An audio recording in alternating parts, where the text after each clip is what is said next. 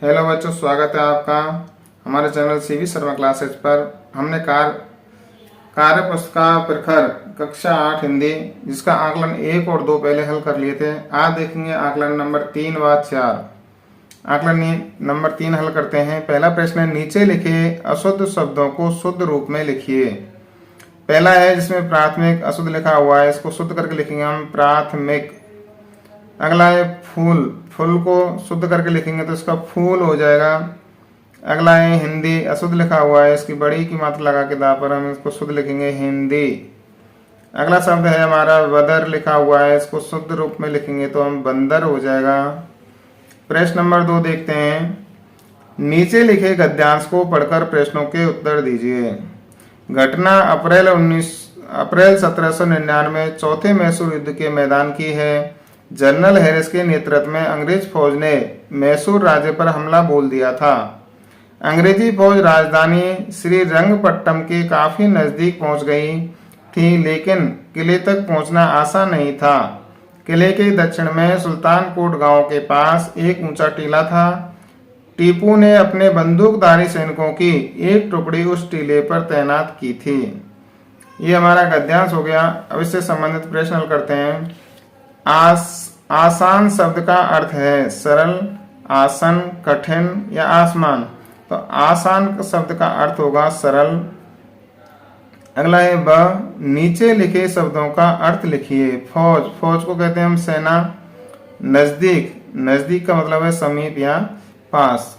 अगला है स, टीपू ने अपने सेना की टुकड़ी कहाँ तैनात कर रखी थी। तो इसका उत्तर होगा सुल्तानकोट गांव के पास एक ऊंचे टीले पर। अगला है द, दूर शब्द का विलोम है दूरी, दरक, नजदीक, देर से। तो दूर का विलोम शब्द होगा नजदीक। प्रश्न नंबर 3, आपने कोई किला या पुरानी हवेली देखी होगी। किले या हवेली के बारे में 2 से 3 पंक्तियां लिखिए। तो उत्तर है इसका, किला ऊंची पहाड़ी पर बना होता है। किले की दीवारें मजबूत व ऊंची होती हैं। किले की दीवार को कोई नहीं भेद सकता है। किले के दरवाजे बहुत बड़े व मजबूत होते हैं। प्रश्न नंबर 4, उपर्युक्त गद्यांश का एक उचित शीर्षक लिखिए। तो इसका शीर्षक हो जाएगा मजबूत किला। अगला है 5वां प्रश्न, निम्नलिखित शब्दों के बहुवचन बनाइए। टुकड़ी, टुकड़ी का बहुवचन हो जाएगा टुकड़ियां। किला, किला का बहुवचन हो जाएगा किले। प्रश्न नंबर 6, नीचे लिखे युग्म शब्दों का प्रयोग करते हुए वाक्य बनाइए।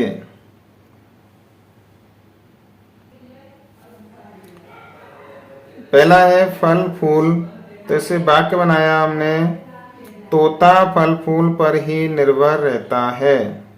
दूसरा है हरा भरा, तो इससे हमने वाक्य बनाया, बगीचा हरा भरा हो गया है। हल करते हैं आकलन नंबर 4, निम्नलिखित गद्यांश को पढ़कर उत्तर दीजिए। छोटू को सुरंग में जाने का मौका हाथ लगते ही फिसल गया। सुरंग में जगह जगह लगाए निरीक्षक यंत्रों की जानकारी छोटू को नहीं थी, मगर उसके प्रवेश करते ही पहले निरीक्षक यंत्र में संदेहास्पद स्थिति दर्शाने वाली हरकत हुई। इतने छोटे कद वाला व्यक्ति सुरंग में कैसे आया। दूसरे निरीक्षक यंत्र ने तुरंत उसकी तस्वीर खींच डाली। किसी एक नियंत्रण केंद्र में इस तस्वीर की जांच की गई और खतरे की सूचना दी गई। प्रश्न हल करते हैं। छोटू की तस्वीर किसने खींची। तो छोटू की तस्वीर दूसरे नियंत्रक यंत्र ने खींची थी। अगला है गद्यांश में आए कारक चिन्हों की सूची बनाइए। तो गद्यांश में हम देखते हैं, तो जैसे छोटू को, सुरंग में, ऐसे ही हमने इसमें से को यंत्रों की कारक चिन्हों को छांट करके और हमने यहाँ लिख दिया। जैसे मैं आया है, इसमें की आई है, ने आया है, कि। अगला देखेंगे हम, नीचे दिए गए उपसर्गों में से 2-2 शब्द बनाइए। प्रे उपसर्ग है, तो इससे हमने बनाया प्रकार, प्रकाश। अगला है अन से हमने अनपढ़, अनजान। अगला है प्रश्न, नीचे कुछ शब्द दिए गए हैं, इनकी वर्तनी को शुद्ध लिखिए। सधे, सधे लिखा हुआ है, इसमें बिंदी लगा करके शुद्ध हो जाएगा, अनुस्वार लगा के संदेह। आपत्ति बड़ी की मात्रा लगी हुई है, आदताओं लगेगा, इसका शुद्ध रूप हो जाएगा आपत्ति। गोबद लिखा हुआ है, इसका शुद्ध रूप होगा हमारा गुम्बद। खिलाड़ी लिखा हुआ है, शुद्ध रूप होगा खिलाड़ी, छोटी की मात्रा आएगी। प्रश्न नंबर 2, छोटे कद वाला व्यक्ति वाक्यांश में रेखांकित शब्द का विलोम शब्द है। रेखांकित हमारा छोटे किया हुआ है, ऑप्शन है बड़े, लंबा, नीचे या छोड़ना। तो हमारा इसका छोटे का विलोम शब्द हो जाएगा यहाँ बड़े। अगला प्रश्न है, हाथ शब्द का समानार्थी शब्द है। पहला ऑप्शन है कर और हस्त, दूसरा है कर हस्थी, तीसरा है कर हाथी, चौथा है हस्त और हाथ। हाथ पहले ही दिया हुआ है, तो इसका सही ऑप्शन हो जाएगा कर और हस्त। अगला हमारा जो प्रश्न है वो देखते हैं, वाक्य पूरे कीजिए। की, के, को, मैं या की, इनको लेकर के हमें वाक्य पूरे करने हैं।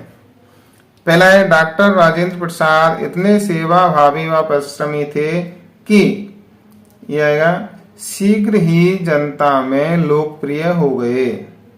अगला है गांधी जी के साथ असहयोग आंदोलन में कूदे।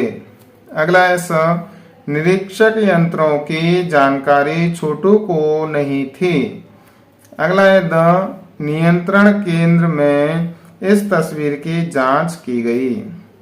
अगला देखते हैं प्रश्न नंबर 5, मौका हाथ से फिसल जाना मुहावरे का अर्थ बताते हुए वाक्यों में प्रयोग कीजिए। अर्थ हो जाएगा इसका अवसर चूक जाना। वाक्य में प्रयोग किया है हमने, चोर को पता चलने से पुलिस के हाथ से मौका फिसल गया। अगर चोर को पता नहीं चलता तो पुलिस उसको जरूर पकड़ लेती। तो बच्चों, अगर आपको हमारी वीडियो पसंद आई हो तो लाइक करना एंड शेयर करना। अगर आप नए हो तो हमारे चैनल को सब्सक्राइब करना।